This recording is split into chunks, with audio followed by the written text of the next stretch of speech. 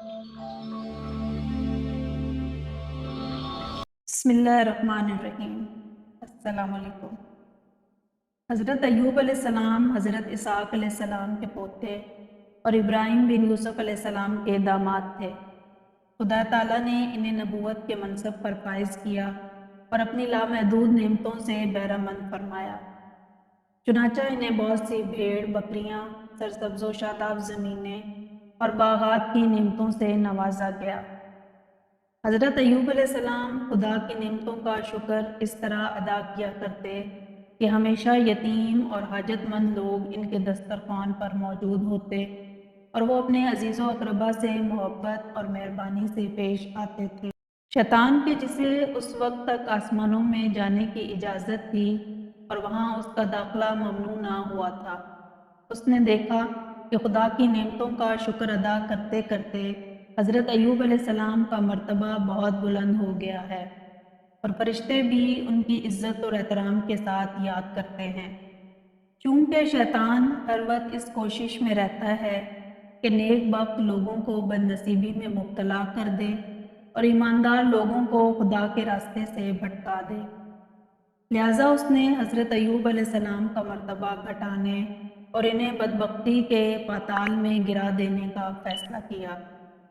چنانچہ اس نے بارگاہ الہی میں عرض کیا، اے پروردگار، یہ تمام شکر گزاری جو ایوب علیہ السلام کی طرف سے دیکھنے میں آتی ہے وہ بے حساب نعمتوں کی وجہ سے ہے جو تو نے انہیں بخشی ہے، لیکن اگر تو یہ نعمتیں ان سے واپس لے لے اور انہیں مصیبتوں میں مبتلا کر دے تو اس کی سپاس گزاری کا خاتمہ ہو جائے گا اور پھر وہ ہرگز تیری کسی بھی نعمت کا شکر ادا نہیں کرے گا۔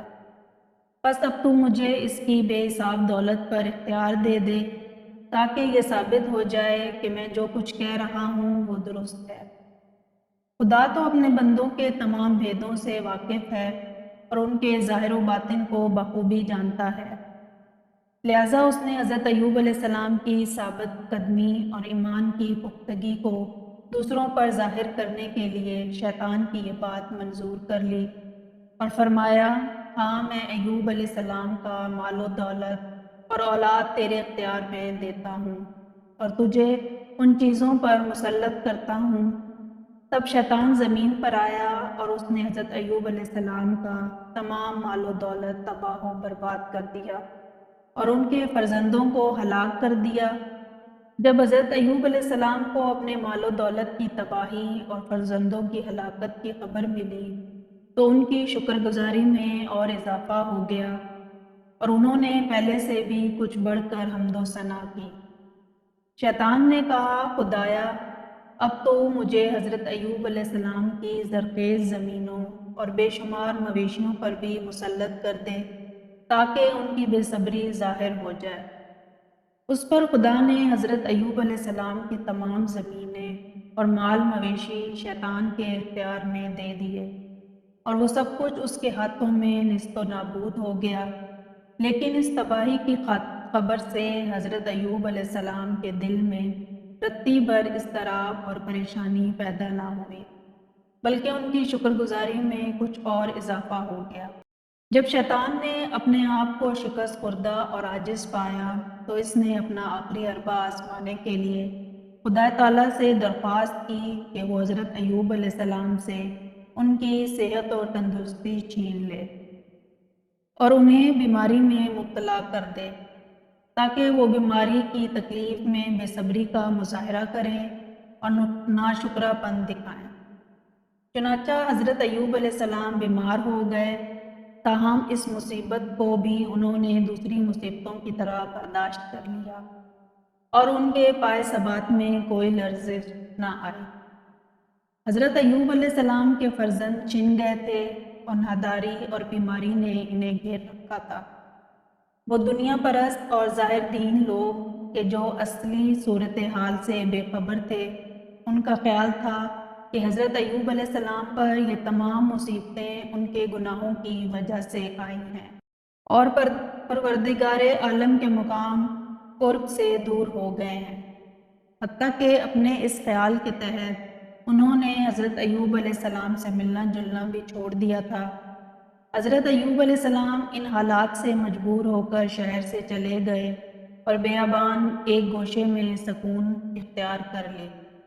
وہ ایک انسان کہ جو آخر تک ان کا وفادار رہا، وہ ان کی حقدار بیوی رقمہ تھی، جو تکلیفیں اٹھا کر اور لوگوں کے گھروں میں ملازمت کر کے ان کے لیے کھانے پینے کا سامان مہیا کرتی رہی۔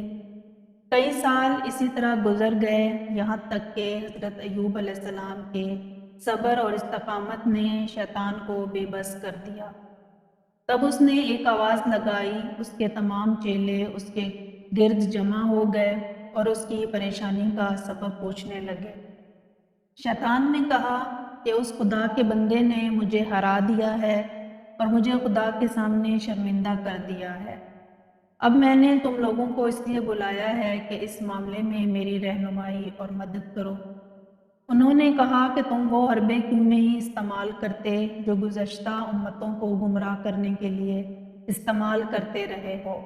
اس نے کہا، میں نے حضرت ایوب علیہ السلام پر اپنے تمام مکر و فریب آزما لیے ہیں، لیکن وہ سب بیکار ثابت ہوئے ہیں۔ انہوں نے پوچھا، تم نے ان کے باپ حضرت آدم علیہ السلام کو کس طرح بحشت سے نکلوایا تھا؟ اس نے جواب دیا، ان کی بیوی کے ذریعے۔ اب بھی وہی طریقہ استعمال کرو اور حضرت ایوب علیہ السلام کو ان کی بیوی کے ذریعے گمراہ کرنے کی کوشش کرو، کیونکہ اس کی بیوی کے علاوہ اس کے پاس کسی اور کی آمد و رفت نہیں ہے۔ شیطان نے یہ تدبیر پسند کی اور فوراً ہی ایک آدمی کی شکل میں رقمہ کے پاس پہنچا۔ پھر اس کے دل میں وسوسے پیدا کرنے کے لیے کہنے لگا، تمام نعمتیں اور مال و دولت تمہارے ہاتھ سے جاتا رہا اور تم تمام مصیبتوں میں مبتلا ہو گئے۔ تمہارا شوہر بھی مریض، کمزور اور بوڑھا ہے۔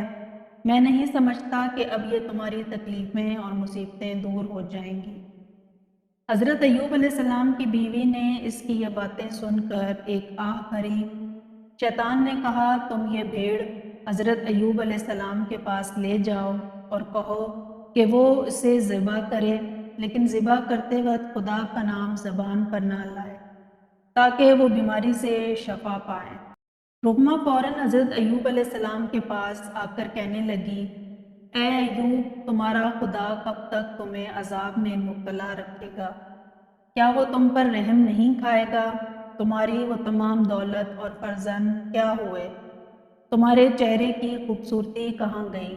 آؤ اور خدا کا نام لیے بغیر اس بھیڑ کو ذبح کرو اور تمام تکالیف سے نجات پاؤ۔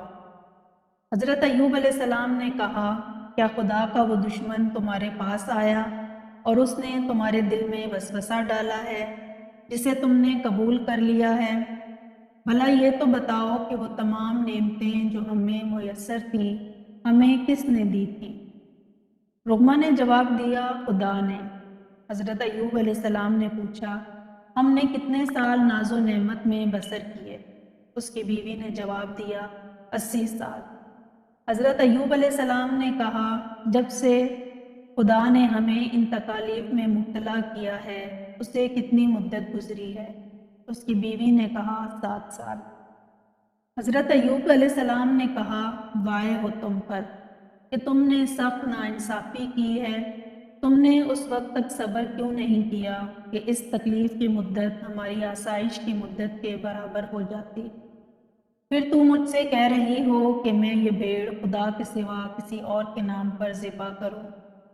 خدا کی قسم، اگر اس نے مجھے شفا بخشی تو میں تمہارے اس گناہ کے بدلے میں تمہیں 100 تعزیانے لگاؤں گا۔ اب تم میرے پاس سے چلی جاؤ کہ تمہارا کھانا اور پانی مجھ پر حرام ہے اور آئندہ میں تمہارے ہاتھ سے کچھ نہیں کھاؤں گا۔ جب حضرت ایوب علیہ السلام کی بیوی مجبوراً وہاں سے چلی گئی تو انہوں نے خود کو انتہائی تکلیف اور مصیبت میں پایا۔ اس حال میں انہوں نے اپنی پیشانی خاک پر رکھی اور کہا، اے پروردگار، تنگی اور سختی نے مجھے گھیر لیا ہے۔ تو ارحم الراحمین ہے، اپنی رحمت کے دروازوں میں سے ایک دروازہ میرے لیے کھول دے اور مجھے نجات عطا کر دے۔ خدا نے ان کی دعا قبول کی اور ان کو وحی بھیجی کہ تم اپنا پاؤں زمین پر مارو۔ جب انہوں نے اپنا پاؤں زمین پر مارا تو وہاں پانی کا ایک چشمہ ابل پڑا۔ انہوں نے چشمے کے پانی میں غسل کیا تو ان کی تمام بیماریاں دور ہو گئیں اور ان کی شکل و شباہت پہلے کی سی ہو گئی۔ خدا نے ان کے صبر اور شکر گزاری کے بدلے میں ان کی دولت اور اولاد بھی انہیں لوٹا دی۔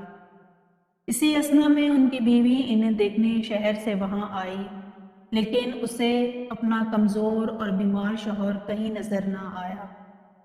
یہ صورتحال دیکھ کر اس کی آنکھوں میں آنسو آ گئے۔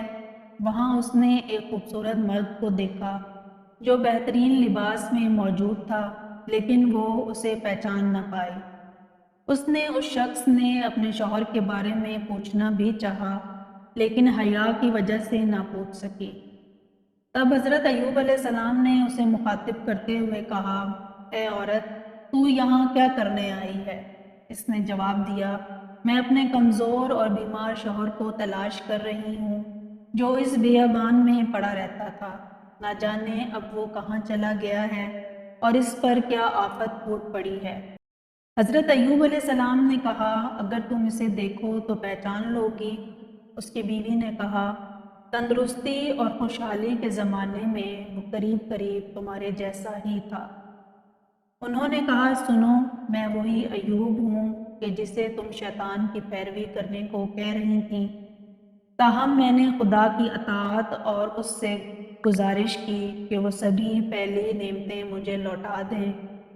اس وقت حضرت ایوب علیہ السلام پر وحی آئی کہ تم نے اپنی بیوی کی سزا کے لیے اسے 100 تازیانے لگانے کی قسم کھائی تھی، بس اب تم 100 کھپچیوں کا ایک گٹھا بنا کر آہستہ سے بیوی کے بدن پر مارو تاکہ تمہاری قسم بھی پوری ہو جائے اور تمہاری خدمت گزار بیوی کو کوئی تکلیف بھی نہ پہنچے، کیونکہ وہ پریشانی اور سختی کے زمانے میں تمہاری وفادار رہی ہے۔ اس میں شک نہیں کہ خدا نے حضرت ایوب علیہ السلام کے صبر کے بدلے میں تمام کھوئی ہوئی نعمتیں انہیں لوٹا دیں اور پھر ان میں اتنا ہی اضافہ کر دیا تاکہ یہ واقعہ روشن ضمیر اور عقل مند لوگوں کے لیے یادگار رہے، اور جب کبھی وہ مصائب اور مشکلات میں مبتلا ہوں تو صبر سے کام لیں اور خدا ہی سے نجات طلب کریں۔ اگر آپ کو ہماری یہ ویڈیو اچھی لگی ہو تو ویڈیو کو لائک کریں اور مزید اس طرح کی ویڈیو دیکھنے کے لیے ہمارا چینل سبسکرائب کر لیں۔ ملتے ہیں نیکسٹ ویڈیو میں، اجازت دیجیے، اللہ حافظ۔